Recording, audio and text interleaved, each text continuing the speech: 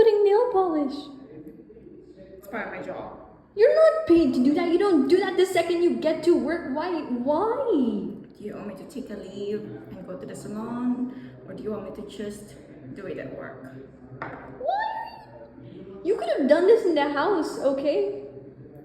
This is like, it's like when you iron your hair right before you're going to sleep. Why do you do this? I need to have. Do you want me to show up with chipped nails in the office?